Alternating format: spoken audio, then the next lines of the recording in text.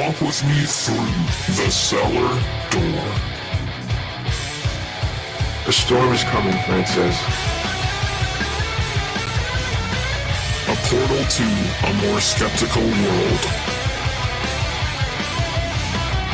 Cellar Door Skeptics begins right now. Prepare for the revolution with your hosts, Christopher Tanner and Chris Hanna.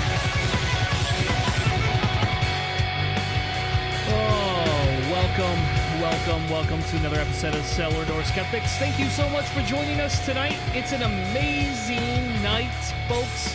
It is week one of Biden, and I'm telling you what, today is going to be a relatively Trump-free show.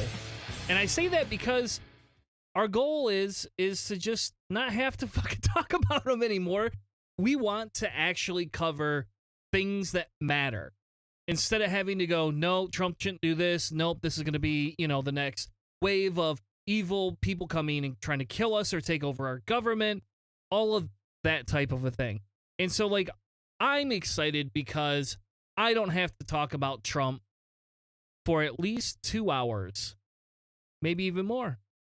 Without further ado, let me bring on Buddy the Elf and Hansel the Engineer. Why? Why? I'm taller than you. It doesn't matter. Your camera makes you look even taller, like you're trying to stare down at us. But it bothers you so much. I just have to. I'm gonna do it every time. Worst. No, Trump is the worst, but we're not going to talk about him tonight. So tonight we actually have a really good show planned. We're going a little more sciencey-ish. We're going to talk about the essentially whether electric cars will be anything for our country here, how they've done in other countries, and then we're going to look at Biden's cabinet. And I know we promised we're going to come back and actually do this, but I'm going to only tackle, because after I went through all these people, I was like, okay, that's like 7 shows to actually dissect all these people. So I was like, why don't I pick a topic, and then we'll go through the people relevant to the other topic.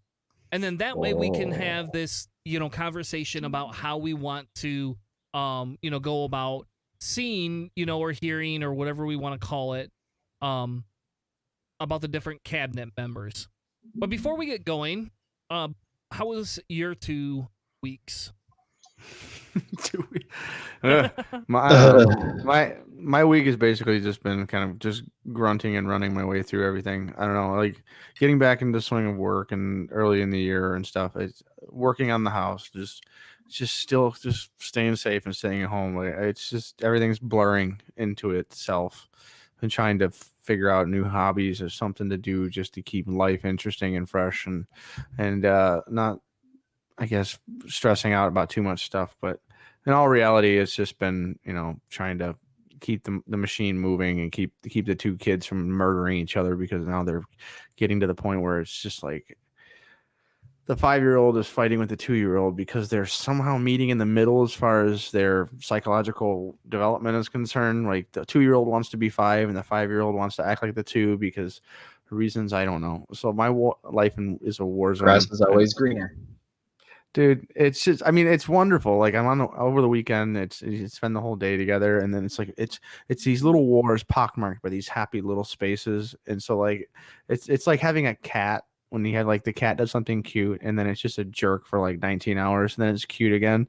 Like, my kids have these awesome moments where they're just super nice and super happy, and it's just the rest of the day is filled with, like, conflict and anarchy. And so, like, I can't wait for the vaccines and all that kind of stuff to see if it changes behavior when they can hang out with kids their own age and stuff like that. But in the meantime, it's just, it's kind of a bummer. Maybe it's boring that every week it's the same, but I don't know if anyone else is out there just feeling like that as well. But it's just, I was sitting at work, just like kind of looking out the window, or actually out the door of the cage, because the tool room is inside of a fenced in area. So I was looking through the fencing. Just kind of spacing out for a minute. It's like, it's because you're all cooped up, man. That's what it is. Like, your kids are used to, at least your older one is used to being able to see people, you guys are homeschooling now, so there's a little bit of that, and so like it's like my kids tore each other apart over Christmas break because we went from being locked down to going to school for 3 days to Christmas break, and they didn't get to see their friends, they didn't get to do any of these things, and so it was the same thing. It was just like an epic, we love you and fuck you every other hour, and you're like, what are you? Stop! Like, leave, go away. All right, go out in the snow, go play in the damn snow. Oh, it's too cold, Dad. Damn it, just get the fuck out of the house, because they can't interact with all those other people. Your daughter is probably struggling because her younger sister the intelligence level is just different, and the other one just idolizes her.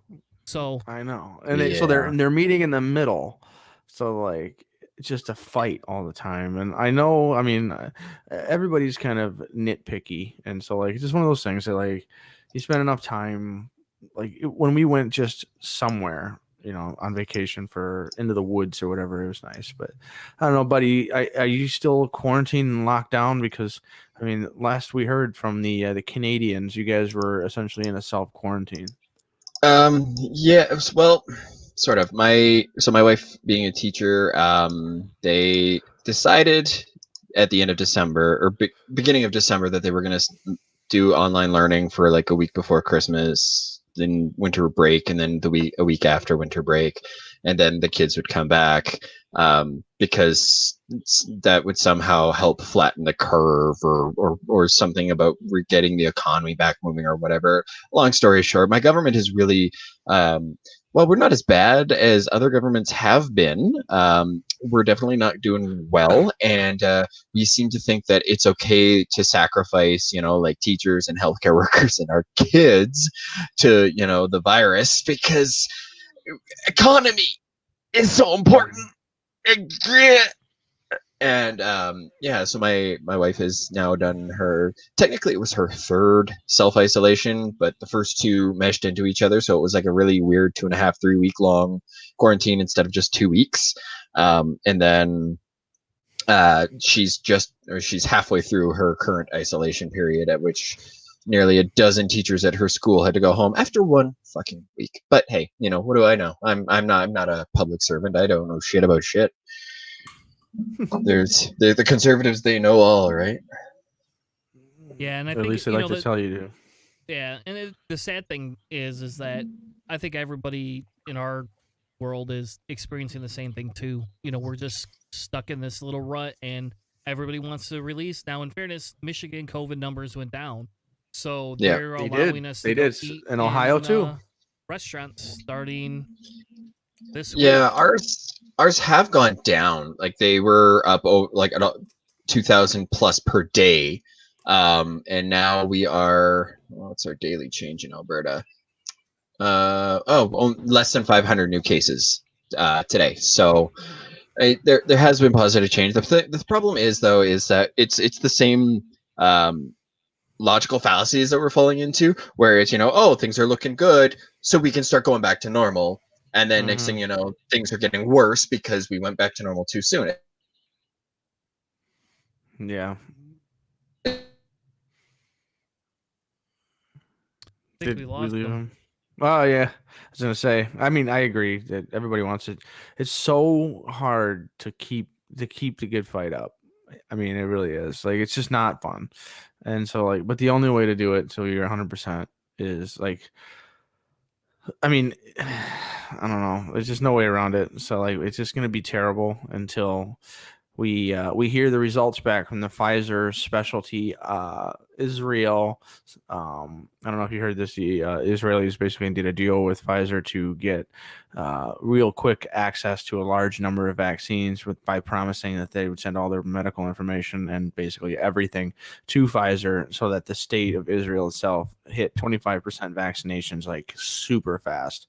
And they're going to show whether or not their new vaccine and Pfizer can 100% reach a herd immunity situation. And so like we'll have like this will be the biggest small scale globally. And so, I mean, we'll see if they can hit herd immunity. I mean, it is proof that we all have to just bide our time and get these things going. And then also be aware of your own personal health if you get a vaccine for any kind of allergies or anything like that, because there are people that have allergies. The numbers are insanely low, but I mean, some of these allergies are serious, so you need to take a look at it. So other than that, Yeah. I mean, it's just a waiting game. And I think you're right. And it's kind of one of those things like, this weekend I played in a online tournament for a game I would normally play in person. And right now would be the start of the tournament season. And I'm newer to the game, about a year in. And I didn't get to play any live games because of fucking COVID. So, like, I'm playing these online games, which is fine. It's cool. Like, I'll be honest, like, sitting in your house, like, eventually we decided that, or I decided that I was able to start drinking, whereas at a normal tournament, you can't bring your beer or your whiskey to the table, and you got to pay $9 to $10 at an event for a beer. At my house, my beer costs 50 cents, $1 maybe, my whiskey costs $2 a glass. I'm pretty sure I made out, and I can lift my table up so I can stand up and play, or I can sit on my ass and play, all those things. You know how it is. I played Magic the Gathering digitally a few times, and I enjoyed it. And it's just one of those things that is like dedicating some time. Is when I was playing baseball and sports and stuff. So I don't know. It's one of the things I've been looking into now. Like when I was sick and at home, I was like, I banged on the guitar for a while. I threw some video games in. Like I don't know what it is, but I haven't been able to find something that can like really hook me in like it used to. Like nothing really. It's just like where I'm like, every time it's like, I got some free time. Cool. I'm going to go do this thing. Like there's nothing that really does that anymore. I don't really know if that's like, it's just jobs and well, but most of if I had a really nice shop or something, yeah, that's probably what I would do. If I had a standalone, so like I had my workshop, which was my 2-stall garage. I just put the cars in the driveway and I built a giant table. So like, I don't know, it would be really cool to have my own full-size shop, but you limit your space and stuff living in the burbs like I do. Like I live on a street that looks like the Tom Hanks burbs in the movie, dude. It's like it is something. It's not too different from where you live, Chris. Like the straight lines and the houses, and there's a bunch of them that are like the same house. It's not Edward Scissorhands because my house is completely different and creepy and weird looking compared to theirs. But like, I don't know. It's a strange world here in Burbia, Ohio, Burbia. Yeah, it's always weird. And I will say that because Ohio sucks, and I agree with you on that. So no offense to anybody in Ohio listening, but come on and make your case. I've been here for a year and a half, and I'm not really digging it. Like, yeah, I'm not either. I think it's kind of somewhat of a silly endeavor to try and. It's like a state full of conservative agnostics. Like it's a bunch of wishy-washy people who can't really stand up for something that they really believe in, and it's just meh everywhere. I don't know. So, anyway, so the first topic I wanted to do tonight, was like we want to talk about Biden, we want to talk about all those other things, but one of the big things is environmental jobs, right? And one of the big areas that we have a question in, or where people do start to question, is we look at manufacturing, and we look at automotive. And manufacturing, automotive, those are the biggest industries in the world for us. And that is a little scary, because think about how many jobs are employed by auto manufacturers, and that's big. And can these electric vehicles essentially replace them? A, and B, if they do replace them, are we going to lose any jobs, or is there going to be a downturn in economic revenue, or will all of this be an upturn?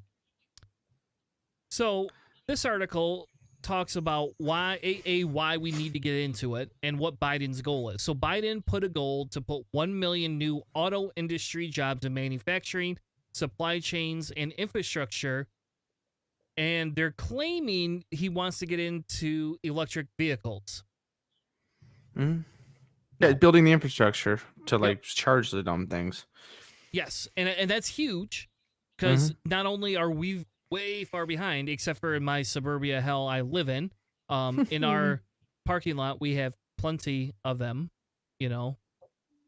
Yay! but not in any other lots in Grand Rapids do we have them. But I think it's In important. movie 'cause- theaters. You see them in movie Yeah. theaters in Grand Rapids. I remember seeing a few, but Yep, in the new movie theater that was right downtown. Yes. Any of the current ones, no way. well, the one on M37, Celebration South. No, Celebration North has had one for. They've had two of them right there on the backside of that for, God, I want to say at least 7 or 8 years because they've been there for a long time. There's a few places around. It's the same thing. It's like the T coil loops for hearing aids and stuff. Like Grand Rapids is a relatively progressive city when it comes to building that infrastructure like that. It's been pretty interesting. Ohio is lacking, but there I do see electric vehicle stations on the turnpike. Every time you get off at the turnpike, there's EV stations, which is pretty cool. There's a Tesla dealership right by my house, and so I see all of these electric cars all the time. It's really cool. So the other thing that they talk about, and this is what he's done, and we won't spend a lot of time, is he reestablished stricter fuel efficiency mandates, and that's fine. He created a tighter standard for fleet-wide emissions to compel automakers to build more electric vehicles. So those are some of the things he's done this week, and we'll see what this does. Does this really put any sort of action into it? Well, the automotive makers they were set to do all of this stuff under the Obama 8 years. They were set to do all this because these were mandates. It takes 10 years, 15 years for this kind of stuff to come into place. And so when they make plans and start creating projections for what kind of infrastructure they need in their companies, they have to do it decade out. And so there's a whole bunch of moves already happening to the electric vehicle stuff. GM bought a electronic they partnered with an electric vehicle company making pickup trucks, and they were going to have this huge partnership, and that company ended up being full of BS and faking their Kickstarter or whatever it was that they did.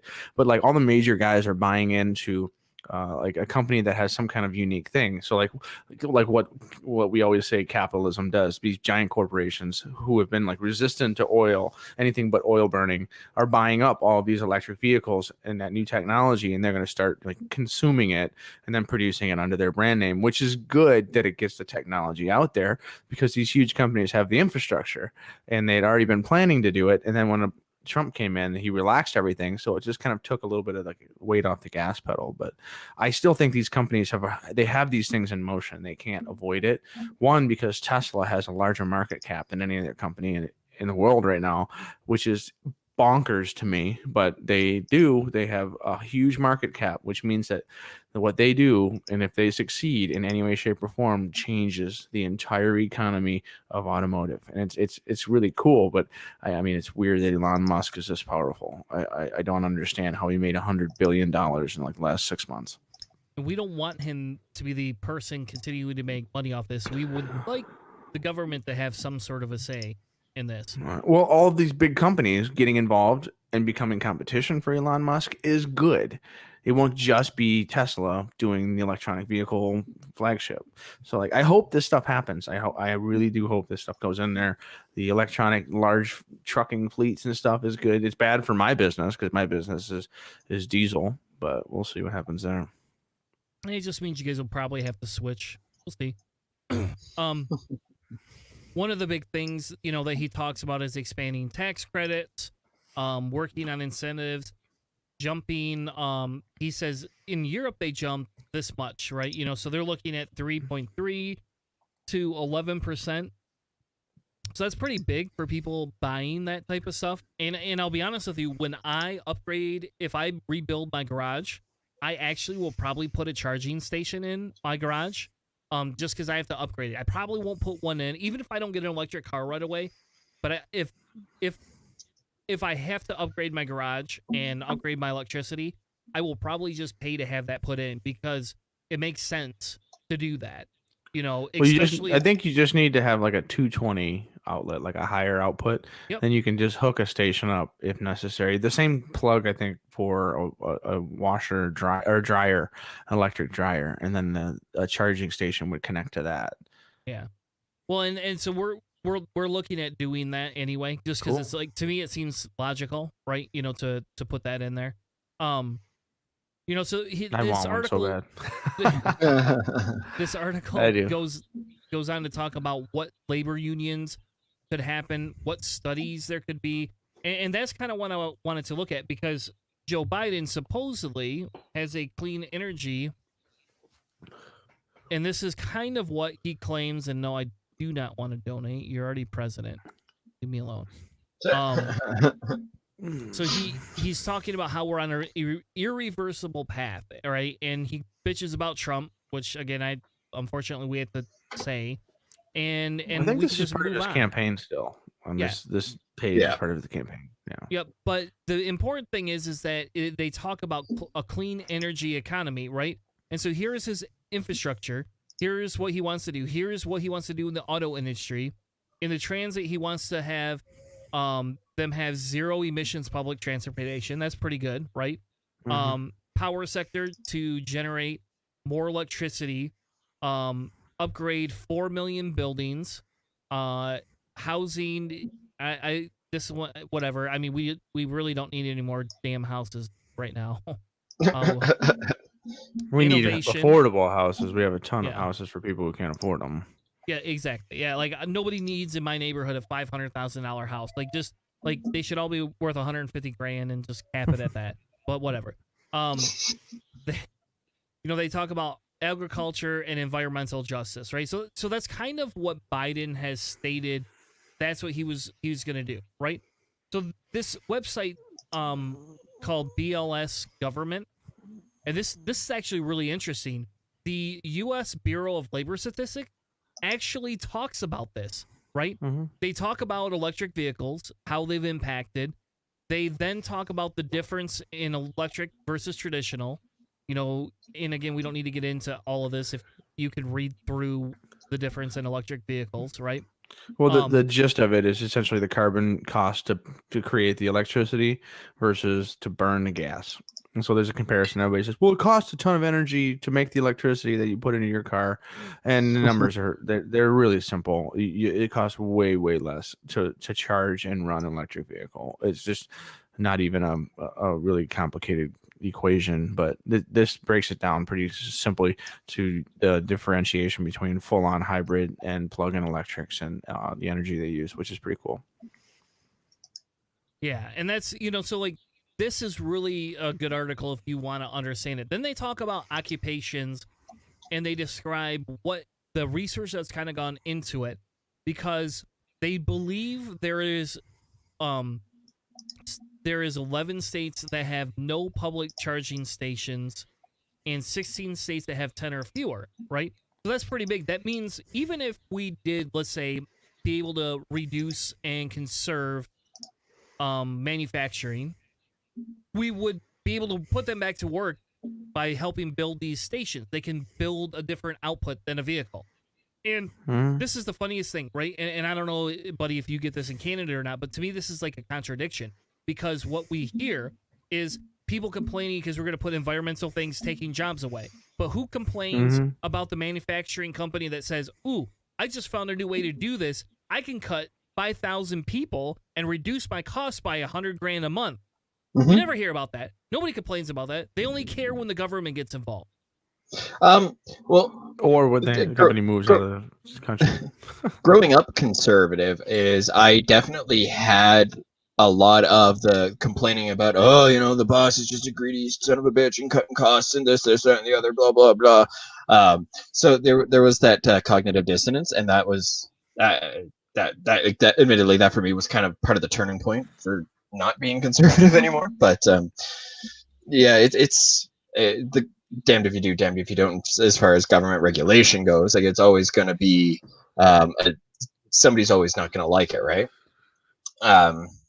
Yeah.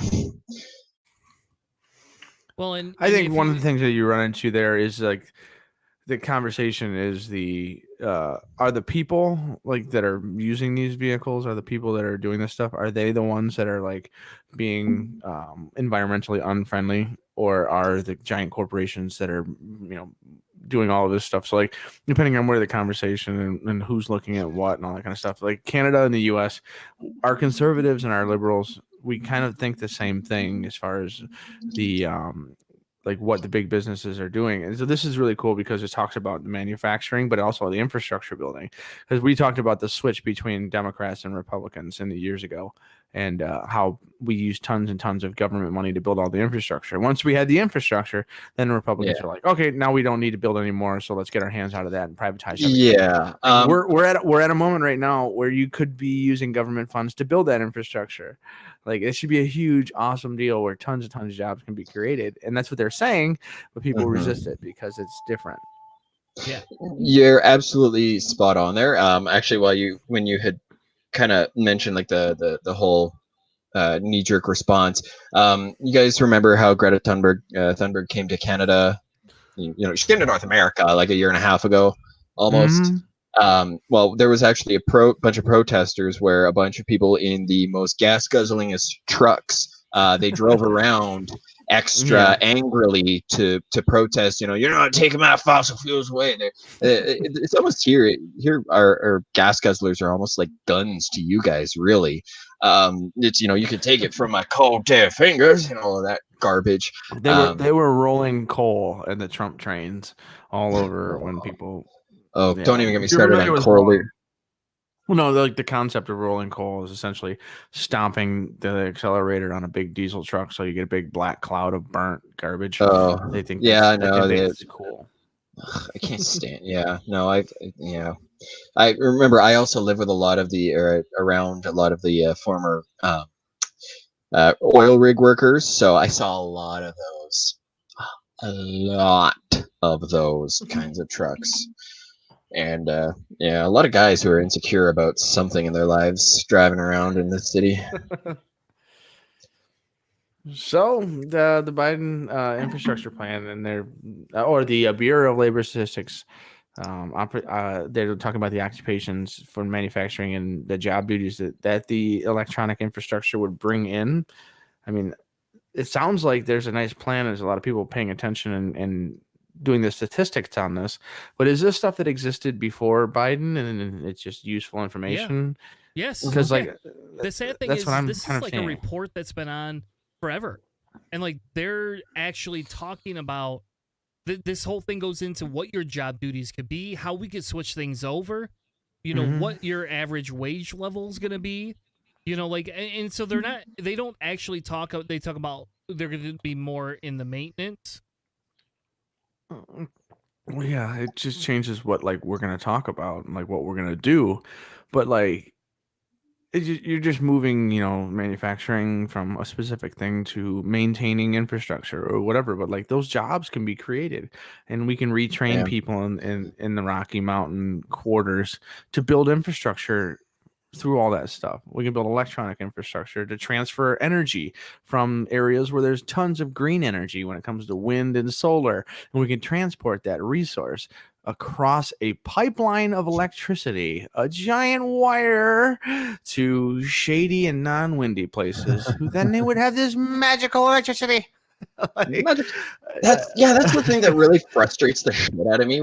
I don't know how common you guys hear the argument. Maybe it's just the particular conservatives that I have to live around. Their biggest whole stance against global warming is, you know, it's just a conspiracy. It's intended to kill the economy. And I'm like, you do know how economies work, right? Like, one, your argument makes absolutely no sense. Two, you do know that there are other alternatives being promised, and these oil companies that have to be uber wealthy and remind you how much poorer than them you are. All they have to do is just take their money and diversify their portfolio enough to own a greener energy company, and then poof, economy is still screwing you over, but you know it's still going. Like all it takes is just redirecting the resources. It's more of a reluctance to change and admit that maybe you're part of the problem. And lack of economics education in school. Well, that too. Lack of critical thinking in school, really, at the end of the day. Exactly. And then so if you want to go even farther, and we won't go through this whole one because this is very long. This from the Center for American Progress, this article, which again is dated from the 23rd of September last year, they talk about everything you can imagine. Everything. Like, and they For got electrical everything vehicles cited. being a good thing for American industry.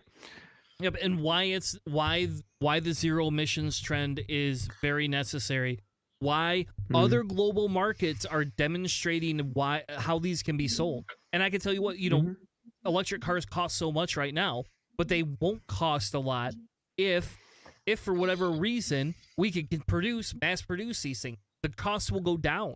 That's what always happens. Yeah, they've proven that with solar and with wind. Wind is currently the cheapest energy to possibly make right now. Solar is getting very, very close. Like they've been recently announcing that like the green energy that we all thought was so crazy expensive is now actually some of the cheapest energy you can possibly get. And I mean, there's maintenance costs and all that kind of stuff, but let's face it, oil rigs start on fire. Oil rigs start on fire and big boats sink. There's maintenance costs there too, and pipelines leak and they kill entire economies and ecosystems and everything. So, like, the global vehicle market trend for electronic vehicles all over the world, there's a reason the U.S. has .com. Right, we were the innovator. We were the first people who really, really took the internet and we made it this thing. We could be the people who push the electric vehicle thing. We could own it completely and put it all over the world and make it this big deal. And then when people get a car, it'd be an American electric car or whatever. If you really, really, really want to do America first, or you could drag your toes in a dirty puddle of oil and let the rest of the world create the better electronic vehicle. And then the Chinese global automotive industry will blossom. And then you'll start to see a change in manufacturing, real change in manufacturing power in the world. There's all these kinds of things that like the basic understanding of where markets go and trends and all that kind of stuff. This website has a lot of really great information. I'm very excited to see what'll happen, and if it ever really does take hold in the U.S. Because like I'm currently considering buying a new vehicle when my Kia Sportage finally decides to end itself in a blaze of hail, of fire and death and destruction of whatever end that a Kia Sportage is likely to meet.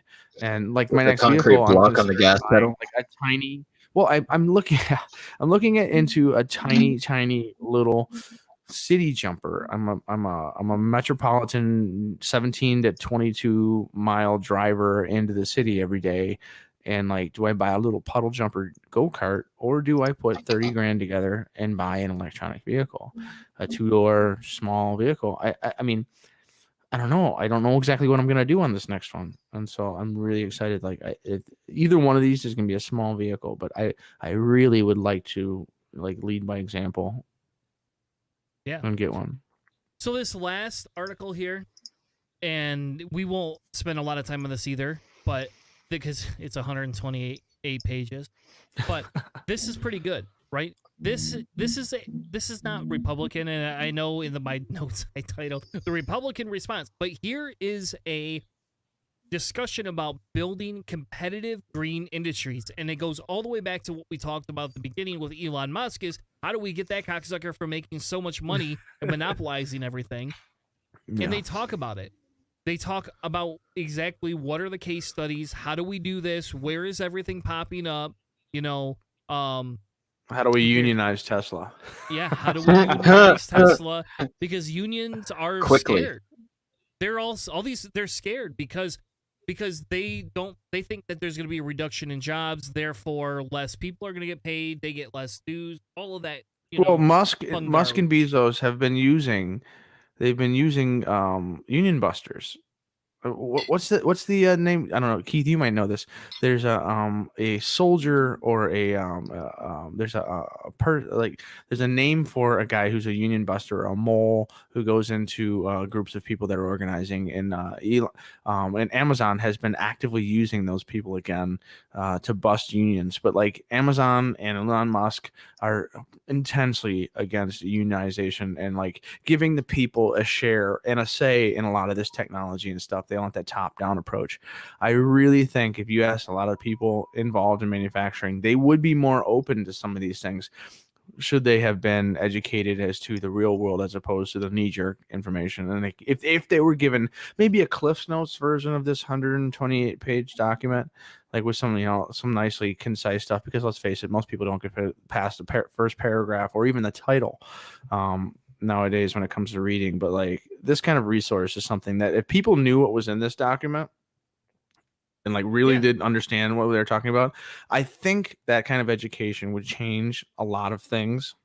But the hardest part is finding like a person to tell that story. We talked about it in the atheist community, is like the storytellers, the people that are really, really good at making things interesting, like a storyteller, a Neil deGrasse Tyson, or somebody who could make this kind of green energy stuff, a Bill Nye, that could bring this to the people. They call them subject matter experts. They're SMEs, right? Yeah. And it's right here. If you were in the industry and understood this, and as Americans, if we did this, can you imagine how much money as a company? Think about it. If you were on the verge of, you transitioned your production. Ooh, we lost Hannah. You transition your production over to essentially get into the green industry for electric vehicles, and then all of a sudden you have like India or some of these other places. We could go be consultants. There's all these people that could be consultants. Your company could make billions of dollars with third world countries. And they actually show, and this is why I like this article, because they actually show with the market size where the money is going and can happen, and all the different companies that actually already exist right now. These places exist, and they're making money off of demonstrating clean energy and how you can do these different things in other countries. Right? It's insane the amount that people have, and nobody in America is talking about this in a big enough light. Like, I get we have a coronavirus going on, but for fuck's sake, why do we not have people going on air saying, look, we could be making all this money in other countries by sending people over there once this pandemic's done. We could be putting videos together on how to fix this, on how to sell all these things. We could do all these things. Like, if I had more like intelligence and resources to understand all the things that go into this, I would do that. I'm to some extent, I'm an analyst. I'm an SME for my company for logistics, but we don't touch that type of logistics, right? It would be insane if you had a company that did that. And maybe that's what I'll spend my summer doing, is learning all of this gibberish about green energy and how it all works, so I can sell myself, for hundreds of thousands of dollars to, help third world country. I don't know. It's insane when we talk about this and people get so upset because they're like, there's no opportunity. You're taking our jobs. Blah blah blah. I think that's a closed-mindedness, because it's a knee-jerk response. It's not a logical conclusion. It's a knee-jerk response. So I think it's more of just the fact that the well has been poisoned on that by this whole free market, oil and gas is the only way we're going to make money, blah blah blah, and pair that with this fear of change. I think that's probably why there's so much pushback against it. Because you take a look at the numbers, you take a look at the prospective opportunities. There's so little reason to not follow through with this, that it's absolutely just leaving money on the table and in the pockets of a very small number of people. And it's just so frustrating, because it's like, we could do so much better. We could get better with this. We could have better cars. We could have better batteries, for crying out loud, because I know everybody is complaining about the battery in their cell phone not being able to hold a charge, because our cell phone technology is just far and away too superior. But there are so many positives that could come from this. But I think at the end of the day, it's just a knee-jerk, conditioned response to anything that is not the status quo, that isn't oil and gas, that isn't the established economy as it is. It's a fear that change will ultimately lead to our downfall. Yeah, and I agree with you. And I at least that's my thoughts. Anyways. It's just sad that we get to that point, right? That's just a sad thing. Mm-hmm. I don't know. Oh, terribly sad. With that being said, we can move on to our next segment. I'm going to break this up because I want to get into the Biden picks and how they affect everything. But we probably should do our answering conservative questions, because I don't know. That seems like a good topic and jump off point.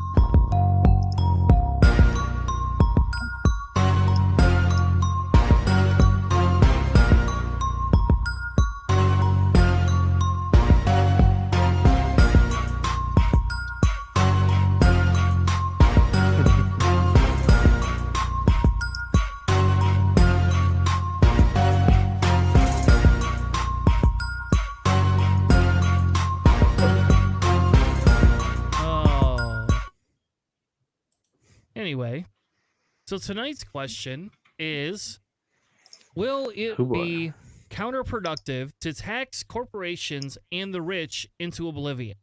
So a little context, the question came in because Biden is now part of it.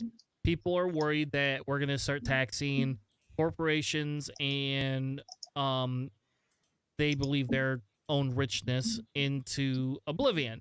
So the question becomes, is it something that we should be concerned about? And if not, why? And Hannah, if you want to go first, you got this. Well, the idea that Biden is going to be the guy that's going to tax everybody into oblivion is almost laughable because Biden is more conservative than Obama in all reality when it comes to his entire political history.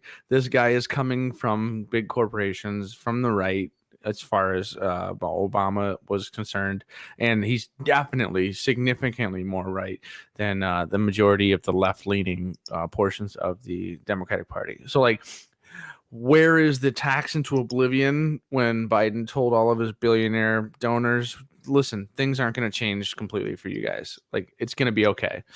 If you put me in here, I'm going to watch out for you. Like those communications, those messages, those are real things that are happening, and they are happening behind closed doors because that's the kind of politician that Joe Biden is. He's an establishment centrist, and so there's no risk. There really is no risk of the rich losing massive amounts of money from this administration. They'll lose some. They'll lose a little bit of the money they got back from the tax plan, which was absurd and took approximately $2 trillion out of the yearly budget because it just gave it to people who said, oh, listen, we'll give it to the corporations and the people at the top, and they'll spend it down, trickle down. Well, a 50-year recent study said that all of that 50 years of trickle down economics, starting with the Reagan administration and a little bit before that, has basically resulted in no real trickle down. It's actually exacerbated the economic disparity. So, like, the idea that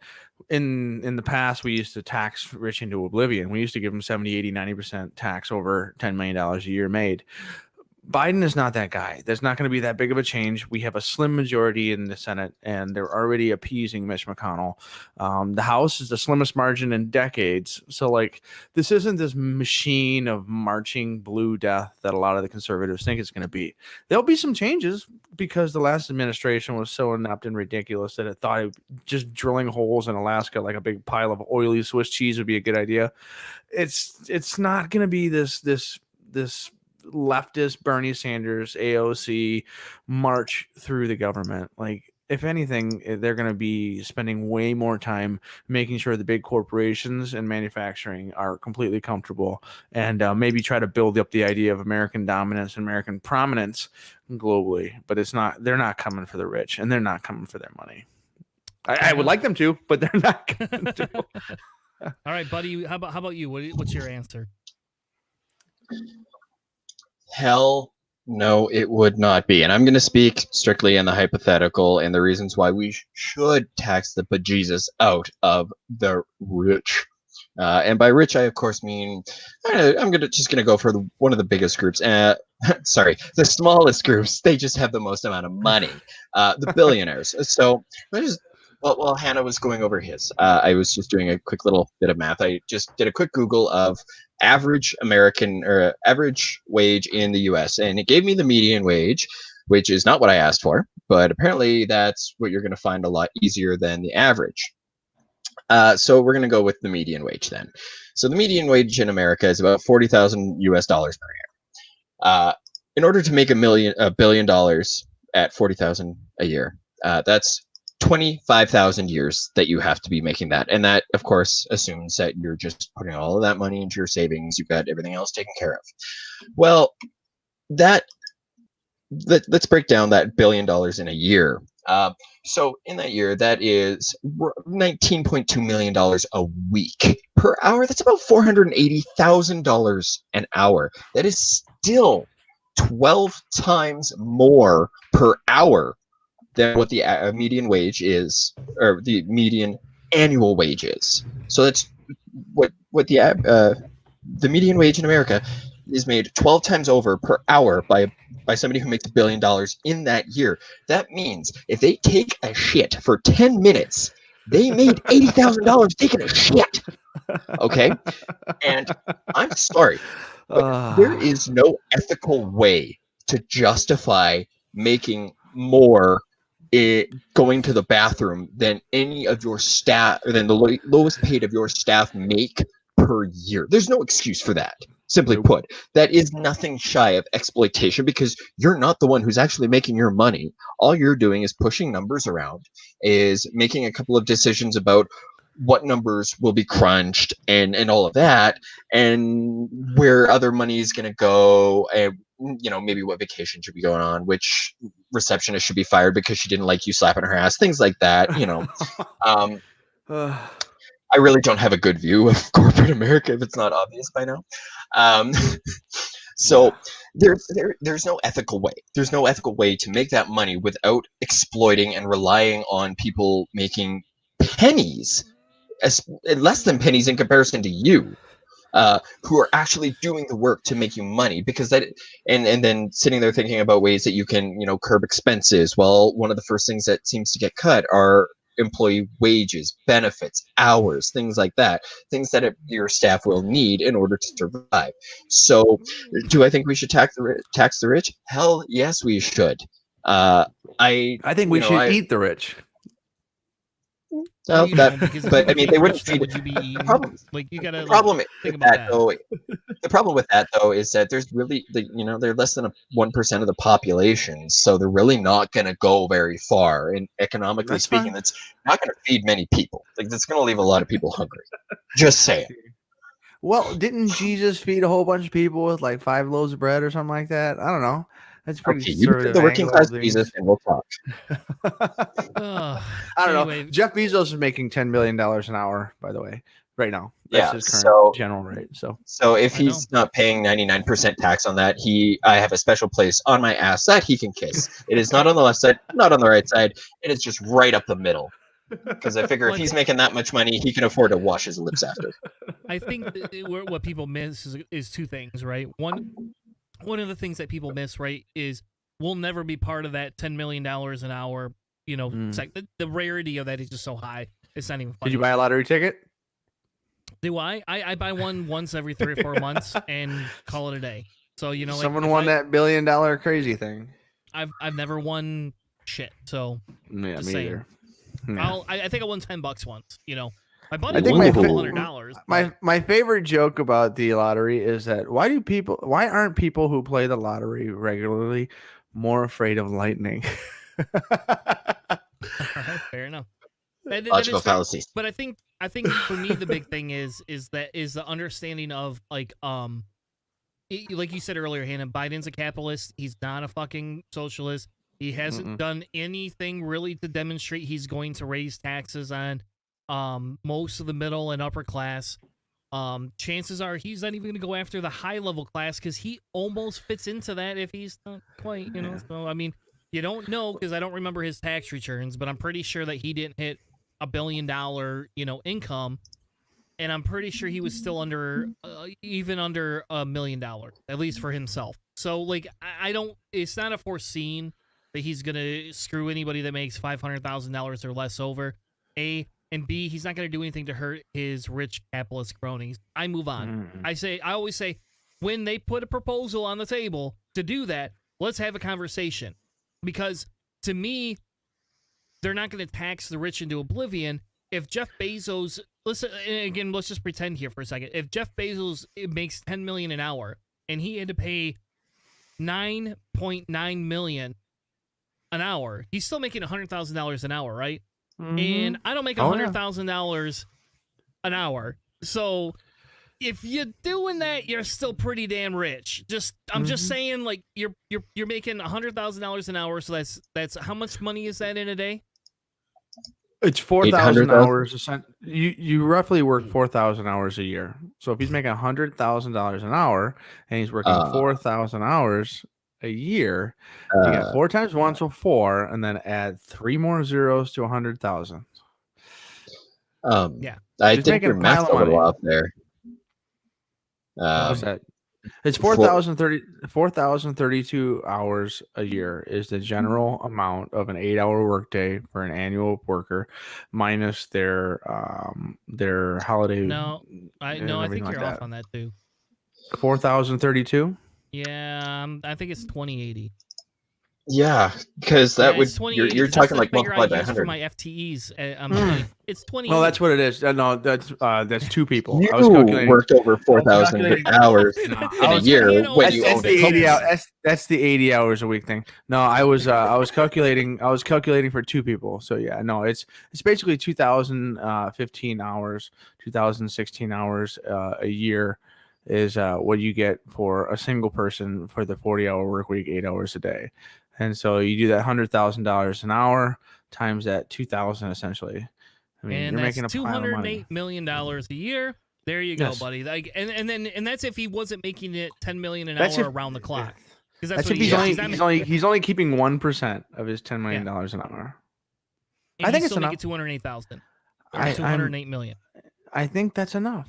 I think Yeah, what is I'm it? pretty The sure. old meme that says that once you make $1 billion, you get a plaque that says you won capitalism, and then we just keep the rest of the money. Yeah, like go away. Like go like- live your little life in paradise. Yeah. Anyway, let's move on because it's just now I'm getting angry and we don't need to do that. Because I would like to make just a tiny bit more money so I can afford to not have a big white crappy wall behind me and have at least a fancy painted wall like Hannah does. Maybe I should paint mine identical. This- to Hannah. this wall buddy, are actually you gonna came- paint yours too. Do you want to paint yours This- orange? We can all this- have orange walls. This wall came like this in the house, so I didn't do anything. But my wife did take these dead animal photos, and that's a dead dandelion in a wheelbarrow. So she was doing some kind of dark photography, and this is my garbage mask devil we know. guy. We know all about that. All right. So for the last segment, before we get into our quick saves tonight, I wanted to go through Biden's environmental security picks. But before we get into them, right, I want to show you something. Because I have an orange wall now. this is amazing. Nobody cares about that, buddy. I do. So when you go Okay. to Build Back Better, it now takes you to whitehouse.gov. So these are his priorities. Oh, this is our climate priority. I'm pretty sure number that's 2. different than what we talked about a month and a half ago. I don't know about you, but I think it's different. I don't know. What do you think? What do we want to place bets on it? Like that seems quite limited compared to what we were talking about before. Well, when we looked at the campaign rhetoric and the campaign information, it was significantly more explanatory. That's a pretty short. I found it. I saved it. Remember, we saved all this shit. I can't believe Yeah. I actually saved this. Like, this is like genius moment on Crystal's behalf, I guess. Because like I don't normally like put this much info in the doc. It's usually high just a five. link. Well, a lot of that infrastructure and all that kind of stuff is that stuff that like is inside of some of the proposals, and so they removed it from the Build Back Better website so that it's just simplified, or is it literally Sure, this but it's not in information? there. It's Like, just gone now. It's gone. No, like where would you don't find this? So Hopefully, this isn't an example of them trying to be like, "Hey, we ran on this, but this was too much, and now we got your vote. We're gonna kind of pull back a little bit." The same thing is that the climate change stuff. I'm gonna say, and this might be surmising and a little bit of presumptive logic on my part, but I'm gonna say that the civil rights stuff was a little bit higher than the climate change stuff when it came to Biden campaigning. now, in Why is that fairness, number though, 3? No, you're right, but Or is it just alphabetical. Yeah, but let's be fair though to that. Like I get your point, but let's be a little bit fair in the aspect that the fact that the stuff he's initiated so far in his executive orders has been specifically they have been good. for racial justice and stuff like that. So I don't want to get into that tonight. No offense. I really want to focus because that's what we talked about the first part of the show. I really, really want to focus on this energy stuff because I find it fascinating. Some of the people he supported, John Kerry specifically, for environmental stuff, and I'm a little confused, but I'm a little excited at the same time. So let's start there. And I don't know if you know any of these people, Hannah, at all or not. But we'll start. I guess let's start all the way at the bottom. Keep going. Gotta keep going. Oh my gosh, way too many damn people. I guess I could just search it. Oh, here we go. Okay. Here's our first. I was gonna say, like, this is like the opposite of the Trump administration, which just didn't put anyone in charge at all. It all went to Jared Kushner. You're just gonna fix everything because I let you marry the daughter that I wanted to marry, or whatever weird thing he was. I know. So here's Mr. Kerry, who we all know very famously for kind of looking like a Kennedy a little bit, big blocky square face, and I don't know. I did not vote for John Kerry. I voted Green Party that year, flat out. I do not like John Kerry at all as an individual, but maybe my opinions change. And I don't know. Does any of you know anything about John Kerry and why he would get elected to the special counsel? And I guess, I'm sorry, let's back up. The special presidential envoy for climate change. This is a new position, they claim, that will be the first for the NSC to have an official dedicated to climate change issues and to addressing the climate crisis as affecting national security. That's the definition of that guy's position. Yeah. So like the reason you bring John Kerry into this, one, it's not because of his perfectly kept hair. Two, it really is because he was the Secretary of State under Obama from what was it? It was from 2013 to 2017. So like he's got enough political clout and enough serious contacts when it comes to the global political machine that if the United States is going to make a real push towards green energy and this as a real driver for like being a leader in a changing force in this, you need a guy who knows the way the political system works. It's like if we took the America's leading climate scientists, the smartest, most effective scientists we have to be in this position, they probably would be very, very, very poorly effective as far as actually getting like real things initiated and started, because part of politicking is the grossness of it. And this guy is like, he's just smarmy. He looks like something out of a Mad Men episode. Like he's just going to fit with that whole little thing of that whole world of rubbing shoulders and bumping elbows and the 3 martini lunches that McConnell wants to make a tax deduction out of. Like all of those kinds of things, John Kerry just fits that catalog. But you need that chameleon, that lizard of the system, because that's the system that exists all over the world. And this guy has been in all the dirty hotels and slimy places all over the world from all this. And when he ran for president, he wasn't particularly enticing, but in hindsight, he probably would have been better than a warmonger and Cheney and all that stuff. All right, come on, don't you know what I mean? Well, that's the same boat I was in. Is that like I could have voted for John Kerry, and in college I was too busy partying and not paying attention, and so like that's one of those things where like it was a missed opportunity to voice my opinion. Seeing him now, it's like, yeah, it's John Kerry. He is like kind of like a weird comparable creature to the Joe Biden experience, right? Like it's not that much different. I just hope he doesn't run for president. He's too I just old. hope he doesn't do it again. I hope and because I'll be honest, and here this is important because this is me admitting things that I don't like to admit when I'm wrong is all the time, but I have to. Like it's a thing, especially at work, you have to do it. because you want to make sure that you don't isolate people, and when you're wrong, right? My opinion of John Kerry comes from that presidential election, from me being ultra progressive and not wanting a centrist, wishy-washy Two-Face in office, because I know what happens to Two-Face and Batman. I know for a fact what the fuck happens to Two-Face, and he's a Two-Face politician, and I know what happens. But I'm sorry. Are you channeling the other villain from that movie? Maybe I maybe a know little the bit. Two Faces when I see them, man. All right. All right. It's Steve, so good. So he just good. derailed the whole thing. But anyway, so John Kerry is yeah. he's getting a major economic, And he- environmental or Position. environmental position. Like this is Yeah. a major place Well, this for is a a new politician. position, Yeah, but it's a politician, like a suit wearing goofball. Yeah, and he led Paris Climate Accords negotiations. I did not honestly know that. I had heard rumors, but I never really paid attention to it. And that's shame on me, right? He also worked on other diplomacies and advocacy in 2009 for developing diplomacy to retake their rightful position alongside defense at the heart of America's foreign nations, right? So he's helping other countries build diplomacy and have their own, discussion, right?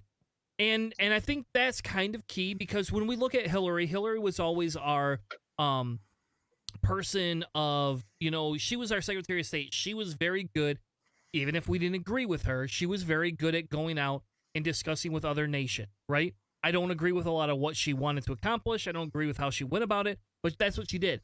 We have another person that's being put in a position that's similar, except for it's dealing with the environment, which right now, and again, I get we're in coronavirus shutdown. Once we get past this coronavirus, what is one of the biggest fucking things we got to worry about? Climate change. What is it? What year is it? 2021. In 30 years, I'm 37. I'll still be 67. I'll probably still be alive. In 30 years is when they predict we're going to have a very large, economic or environmental crash because they're talking like Mad Max, like slippery slope, bad stuff. It's the Yeah, reason I don't why I believe actually in that. picked I the believe image. there's I know, something but coming, still. but It's the reason I picked the image that we use for our background and for our banners and for everything. There's two things we're looking at, like the environmental cabinet picks and the people that are going to be here from the centrist stuff, and then there's also the electronic vehicle stuff. Like all of that stuff is really cool and it's really useful. And like this guy, he's going to be a legitimate climate guy for corporate America. I mean, whatever. But like in the end, the trees are on fire now. You know what I mean? Like the trees are on fire right now. All of the things that John Kerry is going to put into place are going to be things that are properly researched. They're going to be slowly vetted. They're going to be, the lawyers are going to be involved. We'll get to it in about 10 years. We'll make sure that the resources are in place. We'll take care of business. We'll make sure that everybody's, kind of comfortable with where we are. Like by that point, it's too late. And like I really do think that the world itself is it's on fire, and we need water. We don't need people talking about how we're going to get water. And I think the current administration is going to be talking about how we're going to get water instead of people who are willing to do whatever it takes to get water and dump it on the fire.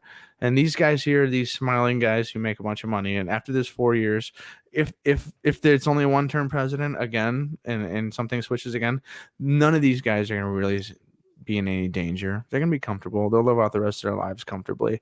Like there's no skin in the game for them. It's the people like us that are going to see it. So like John Kerry, cool, whatever. But like I picked that image essentially because like this guy isn't going to be making the big changes super fast that are kind of needed.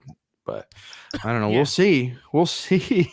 Well, and if you actually look at his environmental score, it's good. pretty good. Weirdly enough, and this is where I had to eat some crow, because it's like, nah, their kids can't be right. But in fairness, like if you look at his scorecard, he got knocked down for genetically engineered salmon. He didn't vote for that. and he didn't vote. And here's where the corporate side comes in: cutting oil subsidies. He didn't vote for that, right? And we could go through every one of these if we really want to spend that much time. I mean, we could do that, but we could give people the resource if they want to spend an afternoon on a rabbit hole. I mean, if you look even all the way back to 85, I mean, he's been a part of a lot of this type of stuff, and like, I don't know, like maybe his more recent scorecard would be worse, but like in terms of where he was able to vote, he hit a lot of the numbers a lot of the times, and I don't know, I had to eat a little bit of crow because it's like, damn it, I don't like this guy. I really wish he would go away, but in fairness, if he's gonna do something good, good I for don't have him, to like right? you if I agree with the things you're doing. Fine, I can just not like Yep. you. That's okay too. Yeah, well, I still don't like him, but I agree with what he's doing. And in this article here, and again, like I said, I have so much data, like I have so much information. Hence why we cannot. And I will vouch so hard for ProPublica. Yep. I absolutely love that entire corporation. They do such good reporting. And in here, it actually goes through in depth a lot of what he has done, where he's put the pressure on, and what his views on climate change are. And again, if you read this, you're just going to go, I don't really like the Biden's climate czar. I don't like that title, but I get you got to have clicked. I don't understand why we use Russian, like Russian what? Don't think about it. Don't just, think about it. Can't. It's just going to hurt. That's what happens when you read books. God damn it. All right. So the next pick that we had, I guess I can go back to who's in Biden's cabinet. Gina. Hi, Gina. Yep. And I honestly didn't know who this lady was, but she is, keep going, Chris, all the way down. Control F, Gina. There she is. She's going to be the National Climate Advisor. So she runs the White House's domestic. So this is domestic. So Kerry's kind of pushing the envelope for, I'm going to be the guy that goes overseas and talks to people. I'm going to be the person that works here inside of domestic America. And so Gina actually has a Wikipedia file, weirdly enough. And she actually was head of the EPA. Biden, Barack Obama? Put her up to be head of the EPA. Mm-hmm. And that's a pretty big thing. She served as the administrator from 2013 to 2017. That's pretty big. She had civil service projects that she helped in Massachusetts. She also worked. Go ahead. I just wanted to look at her education just because I think that kind of is a lot more telling of while yes, okay, corporate interests being what they are, neither Republicans nor Democrats are really, too far apart in terms of wanting to serve their corporate overlords. But fundamentally, we do see a key difference here, and we don't have an Amway trust fund baby leading education or anything, or a climate denier leading the EPA. No, we actually have somebody with a Master of Science in Environmental Health Engineering and Planning and Policy being nominated for this position. So I just wanted to comment on that just because I thought that, that's kind of nice to say that somebody who's being put in a position actually has an understanding of what they're doing instead of somebody who's just there to try to, find ways that they can cut costs. So you're saying it's a real appeal to authority, not a fallacious one? Doggone it. I've actually heard her multiple times on NPR throughout the years. She's a very, very well regarded, well spoken, and I would actually say surprisingly charismatic leader. I've heard when she was with part of the EPA, there were some interesting interviews and stuff that I had listened to, and I'm excited that she's gonna be kind of doing her thing because she's a smart lady. I remember vividly agreeing with a lot of things, and the fact that she's doing the EPA stuff, and Cleveland, where I live now, essentially is known for starting the EPA. Well, it's known for starting the EPA. One, because that Cuyahoga River had so much oil and junk dumped in it that the river started on fire. the whole thing. It was like the 50-year anniversary or something last year that when the river just started on fire and the whole thing was just burning. So like the whole city had a dragon of fire running through the center of it, like an episode of Beowulf, syndicated American television. It was insane. And so like it's one of the things that drove Nixon to create the EPA. Oh, when Republicans cared about the environment. Go figure, right?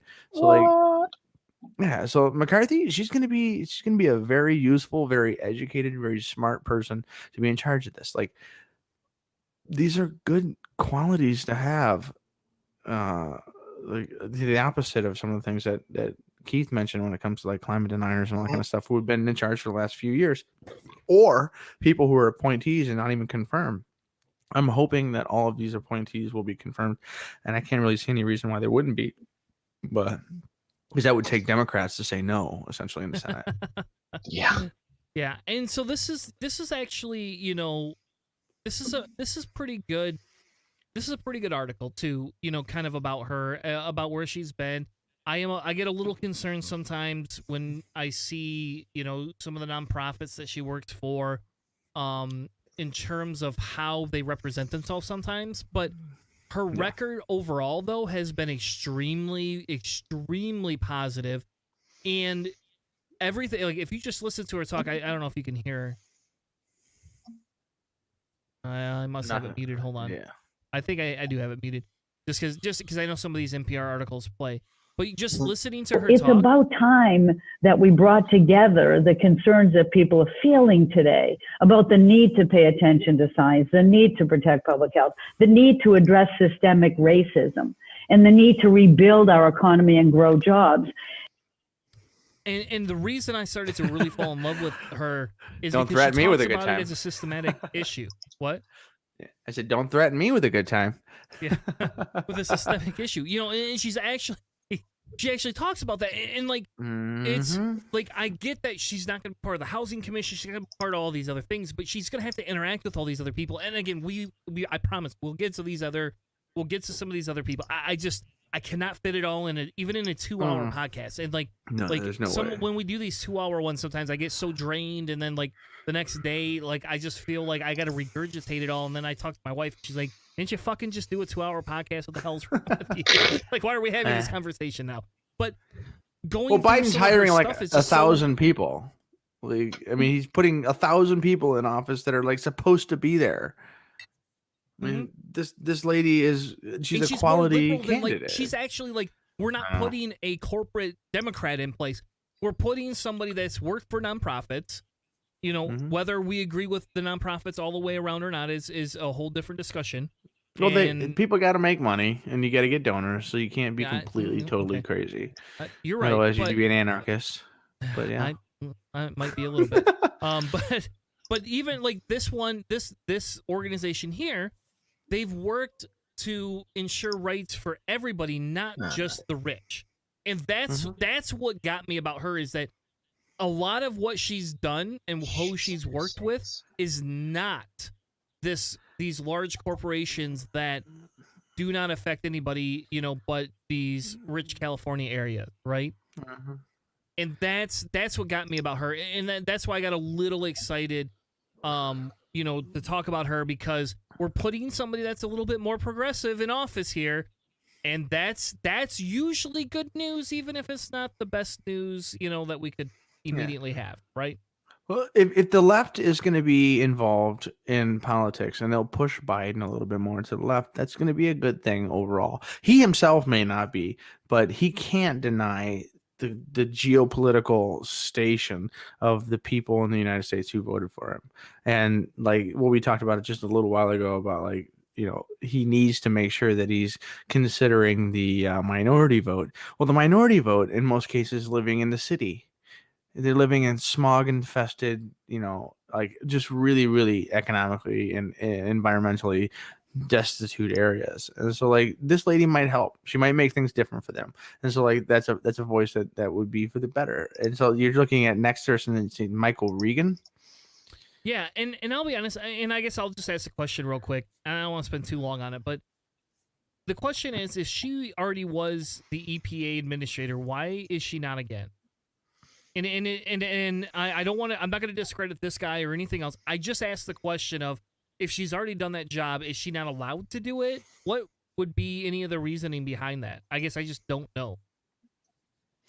I'm not entirely certain. I don't know any reason why there would be any like whatever. I just looking at the top of the screen, I just see a familiar name. I don't know if you see that name. Yeah. Jennifer Granholm. Yeah. Let's not get into that because I know. I didn't do the research on whether I agree she's in that position or not. It's Well, weird. all I know is that when we talk centrist, American, Democratic, whatever's, you see Jennifer Granholm, the former governor of Michigan, and she's all over that. So, like, that's a stamp of centrism in the Biden administration, like just a fat one.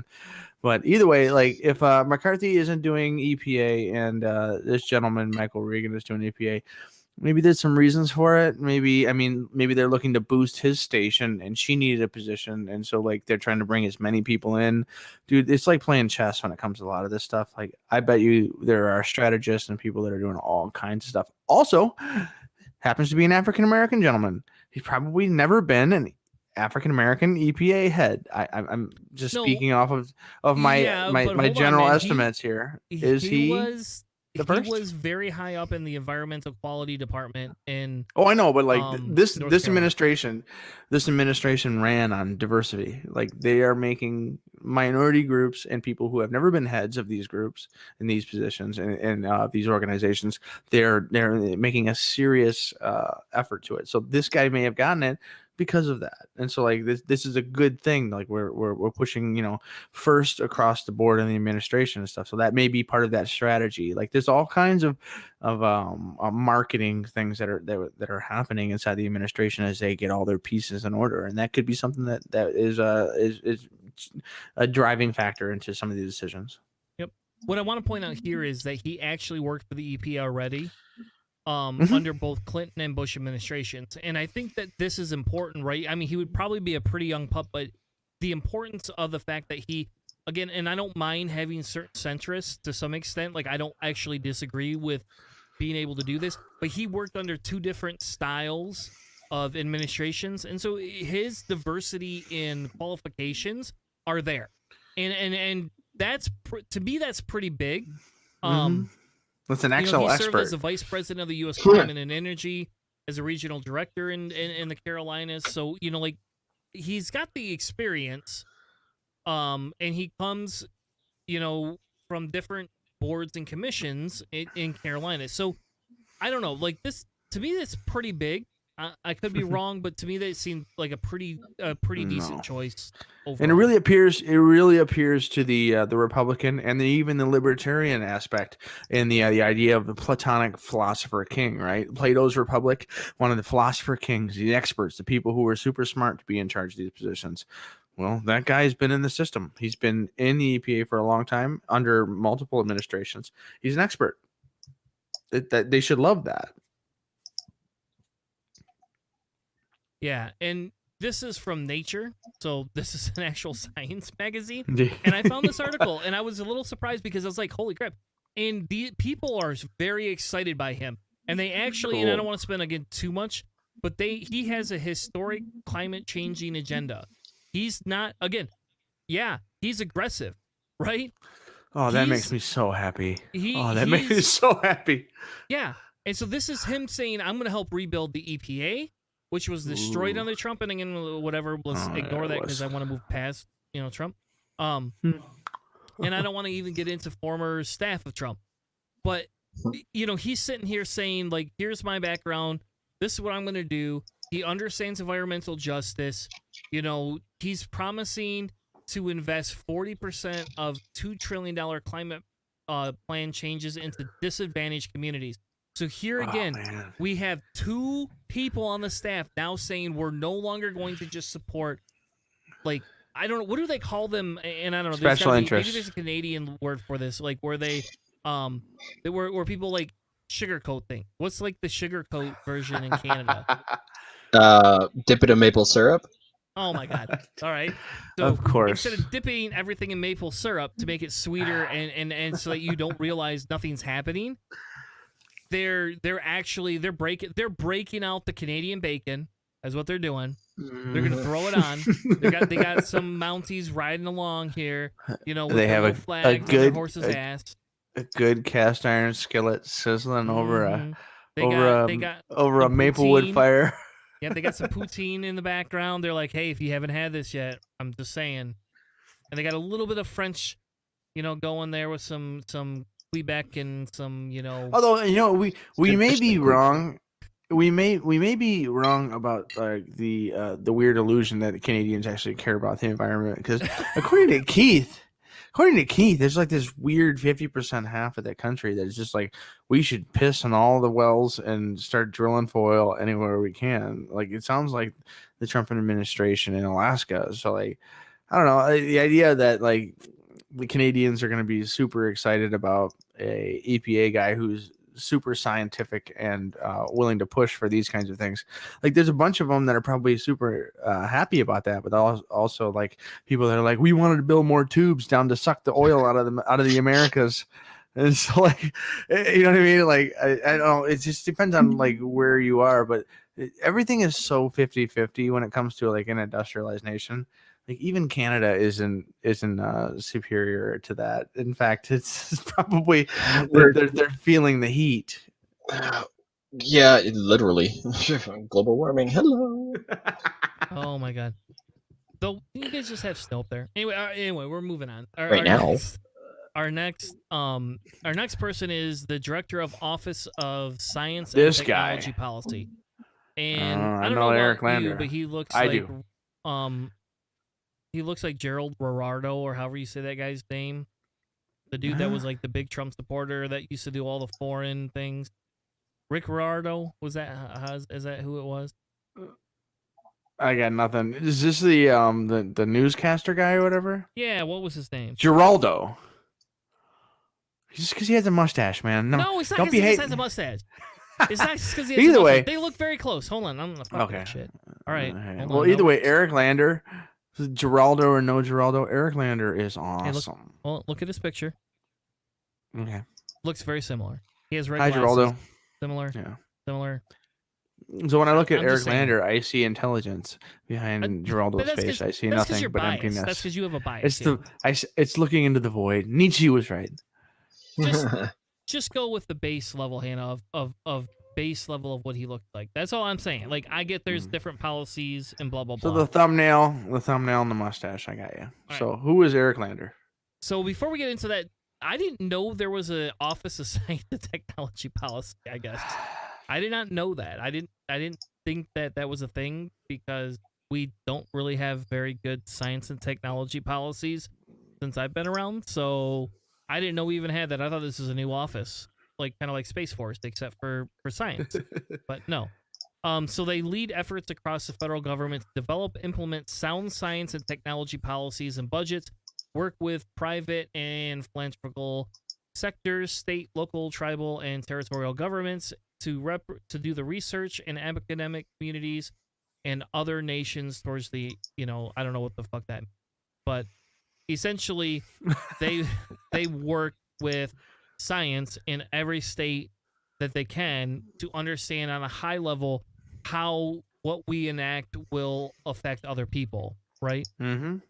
And so I didn't know who this guy was either. He's from Broad Institute.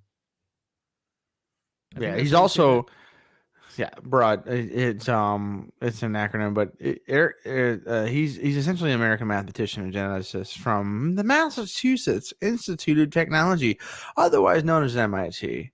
Like, the fact that you go to school at MIT is impressive. If you're teaching there, your brain is dangerous to be around, and you can probably crush people with an eyebrow blink. Like, this guy is he is probably one of the smartest people in the world in his general area of expertise. Like, it's not a question of like whether or not his political whatever. It's like, this guy is a serious hitter. He's the director of the Broad Institute. I'm not particularly in tune with the Broad Institute. I'm not very familiar with it, but let's face it, if he's teaching at MIT, it's probably a pretty intense place that I'm probably not even allowed. Methods for discovering molecular basis of human disease. He's the guy you fucking want. That's the guy you want, and he's a man after my own heart, man.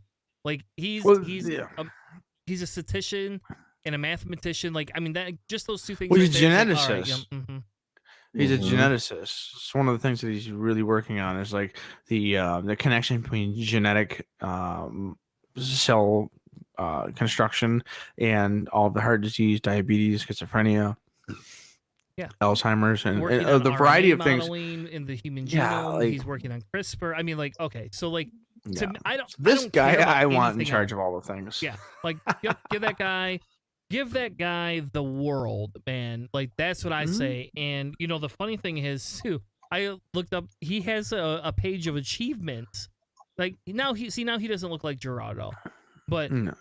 All I know is that I mean, with the level of accomplishment that this guy has reached, why has nobody told him that his haircut is terrible? Because he don't give a shit. He don't care. I know. He's like, oh, he don't give a thing from the 90s and the 2000s, and let's call it a day. Yeah, maybe it's just like Bernie Sanders' friends are like, dude, your hair's fine. Just go on out there and give a speech. It'll be great. Yeah, and Bernie's like, nope, don't give a fuck. Don't give a fuck. You got my mittens? Where are my mittens? You got my mittens. Where are my mittens? That's the title. So either way, this guy is like, I mean, he's been a pusher and a mover for a long time. Yeah. I was very excited when I read. Again, I was very turned off by his hairstyle and his mustache. I don't get I just don't get the fucking mustache, man. I don't get it. Like, grow a fucking beard. If you could grow that big of a mustache, grow a fucking beard. I'm sorry. Oh my god. You choose some weird hills to die on. I'm just saying. I do. Like eggs. Eggs. I fucking hate eggs. I wasn't gonna go down that road. Not doing that again. I'll die on that hill all day long. But speaking of a hill I won't die on, the last one that we have that I wanted to review that actually had something to do with science, right? And I think there might be a few other people that will affect it. You know, we could talk about the Housing Commission, and it's just in the Attorney General. There's just so many things that go into these things, but in the raw science of understanding where we need to be, what we need to do.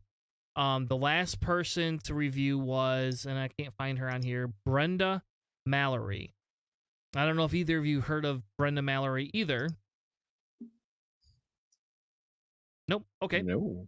I guess we lost Hannah. Oh, and we just lost Hannah too. She is the Council on Environmental Quality chairperson, right? You know, and so she assists with the environmental policy implementation, working directly with the president and respective agencies. So she's kind of another mouthpiece for the administration, and she has done this before, and she has a law degree. So essentially, she's going to be our person that kind of goes, is this legal? Is this not legal? What are we going to, you know, how bad are we going to actually get, you know, into this whole mess here if we do this? And I was excited a little bit when I first started reading about her because she has quite a bit of background. Come on, computer. There we go. You know, and she essentially she served under the Obama administration. She was the CEO of a whole bunch of stuff, right? And she had leadership roles for the American College of Environmental Lawyers and a member of the Environmental Defense Fund Committee, right? So that's pretty big because she's already been working on environmental science type stuff as it is as a lawyer. And now we're going to put her in a position where she can kind of advocate for the whole nation. So to me, she's a pretty good pick. And this actually here, this is funny because she got a new director of regulatory policy back in October, and now she's being elected to this. And this article actually talks about her accomplishments. It talks about why she's a great match, why she, you know, should have been selected, and, you know, essentially why we would not want to, why we should not want to not be a part of, have her a part of our team. She definitely seems to be. I mean, it seems that this particular team is a lot more geared towards actually acknowledging and solving problems instead of downplaying and avoiding, which it is refreshing. It's very refreshing to say that, it seems like there might actually be something. It may not necessarily be enough, but it, after 4 years of what we just went through, God, this is like ointment instead of salt on the wound. That's for damn sure. Yeah, and it's exciting, right? Because a lot of these people that we're putting in these positions have a background. Now, we didn't, in fairness, contrast them with, the background of everybody in the other administration. Did we have to? Named. Do you want me to? We could. No. Oh, okay. I didn't think we should. I didn't see it as a beneficial thing, because for me, it's looking forward, right?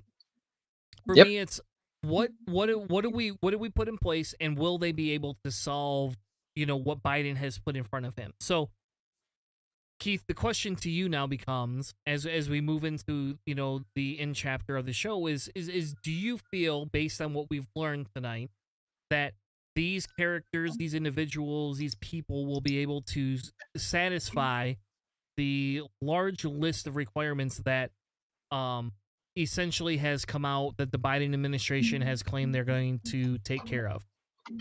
Well, I think that there's a better chance that the particular team that they've picked will get closer. Do I think they will? No, because they're not the only ones making the decisions. I think if they were, they would get as close to it as any group would. Unfortunately, I think that because they do have a party line to toe, there will be limits into how successful they can be. And so I'm cautiously optimistic. I feel more reason to be hopeful than I have in the last few years, which is saying something. But we've also been bitten enough times by politicians that we know better than to just blindly trust and just assume that because they happen to be the people we voted for, that they're going to be the best people for the job. So cautiously hopeful. Yeah, and I think that's an important distinction there, right? That's pretty big, because we normally don't see a lot of that, and in this instance, it's kind of like, well, maybe us seeing that is worthwhile now. I don't know. I don't know. I'm positively hopeful, I guess. Cheers. All right. Cheers to the deaf kid who finally made his way back into the internet. So as we move in the last segment for our quick saves, I thought it would be fun. We're gonna do Keith's quick save first. Oh no! Oh no! I don't know what it is. I haven't looked. I'm scared. Yep. It's actually a fun thing. I stay away from them. Mine is website of somebody who I've actually followed this person on Instagram for years. I have no idea when I started following them. Her name is Dr. Jana. I am not going to bother trying to bastardize her last name. She is she Macedonian? I don't know. It begins with an M and it's foreign. Right. Either way, so she is a sex educator. She actually is an adjunct professor at NYU, or was. I'm not sure if she still is currently. She's got a lot of different projects that she's kind of toyed around with. A lot of them are focusing around destigmatizing sex that isn't necessarily the status quo. So it's not necessarily just about monogamy or getting married and only having sex with one person. She explores polyamory, ethical non-monogamy. I think I already said polyamory, and then of course how that intersects with not just heterosexuality, but homosexuality, bisexuality, and all those other things. And one of her latest things is that she's running an uncensored sex talks about various topics that might be otherwise considered taboo in polite society.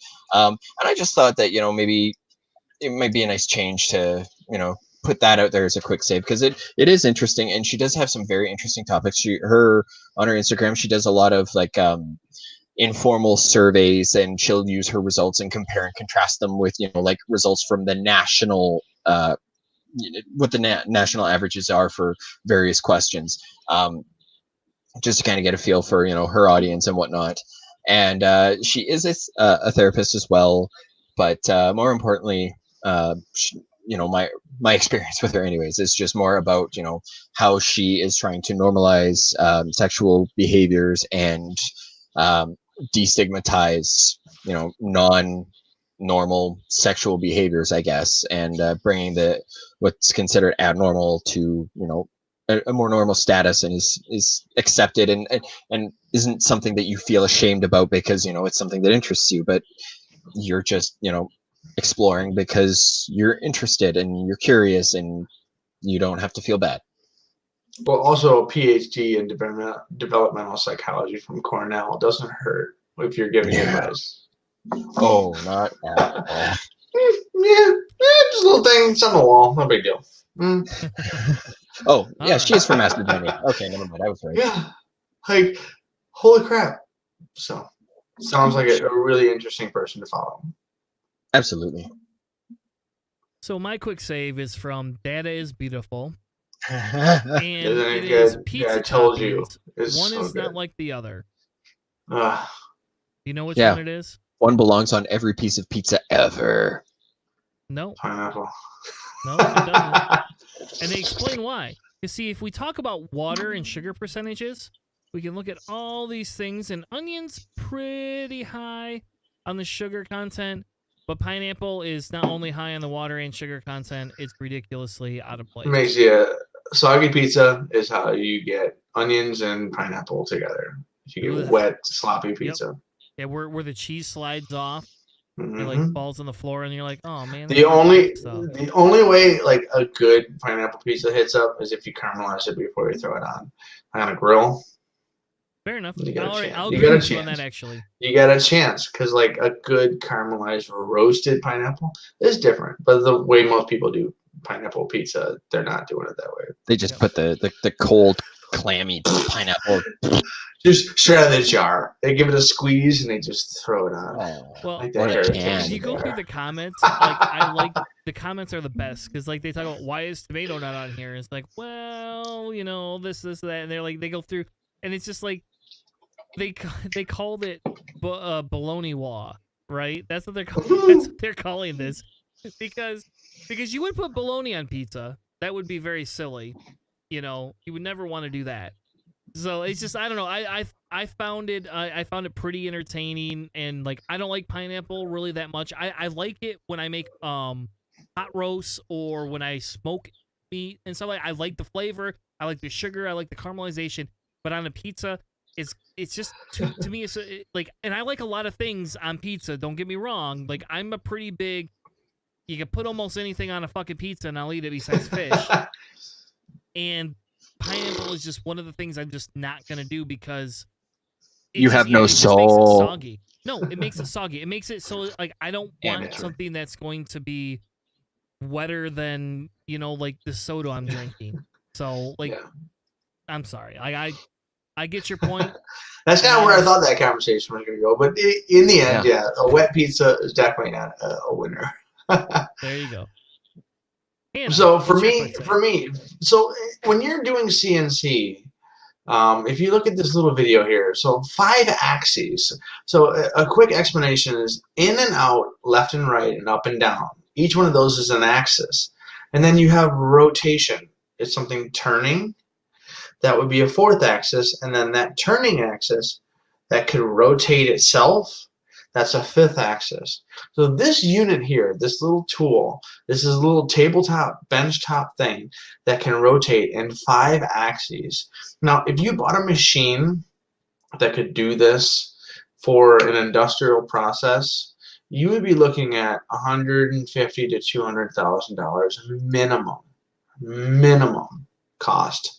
This little guy here is capable of doing it for, I think it's around $5,000 or whatever is the unit. This is the kind of thing for makers and people who are looking at creating a company. You want to be an entrepreneur. You want to do something in your garage. Put this little box on your table and spend some time learning how to use CAD and CAM, because you're going to need CAM for 5-axis. It's just, there's no way around. There's an awesome open source maker community of people who are like, hey, I'm doing this thing and I want to make these things, and somebody will give you a great explanation on how to do it. But like those kinds of like self-maker, you know, it's like we talked about early in the episodes, like I haven't really been able to find something as far as a hobby of something that like it just pulls me in. This is kind of close to it, like where like you're using some cool technology to make stuff. I mean, I love my electronic tools and all that stuff, so like this is definitely something. Imagine if you could just put like a picture of your wife and kids and this thing would like route out an image of it, and that could be the gift that you give. Yeah. So like I have a little router for $150. I have a router that does that, and it'll make like the face of my family and kids on the surface of something, and that can be like a gift that you make for your family instead of buying something from Jeff Bezos. Well, that's kind of cool, and you know it's funny because you talk about that, and like so as you know, I was part of playing that Star Wars Destiny game that got canceled last year. And there's a continuation committee that's creating their own cards and dice and things like that. And I'm sure that's not what they use, but they're doing that. This guy he bought all these dice, you know, and weighed them out and measured them. Like it's like this guy that has a degree like yours. And he did it. He did all of he looked at the density of the dice and how they are, like what the official ones are, found all the things, and he's now replicating these for the new sets that are all fan-made. And yeah, you probably shouldn't do that because they got Star Wars images on them, and that's probably not like the most kosher thing for Disney, but it's small enough nobody cares. He's not making much money on it. Literally, it's not like he's not selling it for the same price. Like you used to have to spend $500 to get a full set. And so, like, the new set that's coming out, I think he quoted, like, $100 to $150, right? Mm-hmm. And he's literally just charging costs plus his time and labor, and he's helping this community. But it's just, like, you wanted something to do with your time. Like, that's what that guy did with his time and his spare time. Like, he does... Those kinds of things are awesome. Yeah, he does 3D printing and other things in his real life. He just uses his stuff afterwards in his personal life to do these things, and he's become a big part of the online community since the game has died. So I don't know. That's awesome. It's a fun thing. It's a warm and fuzzy feeling when you see people like doing nice things like that. I mean, it's just nice. It's cool. It's like capitalism that they come in there and just yank all your money out of your wallet. That's nice. That's very true. Well, I think that's it for Cellar Door Skeptics this week. We've had a fun environmental week. Who knows what we got next week, but I do promise we will go through every one of the Biden picks and see if they fit his policies or not. I just was not able to get through all of them in one episode. With that being said, thank you all for joining us tonight. We'll be back next week with another amazing episode of Cellar Door Skeptics right here, Mondays, 10 p.m. Eastern Time, live as fuck. Thank you all, and have an amazing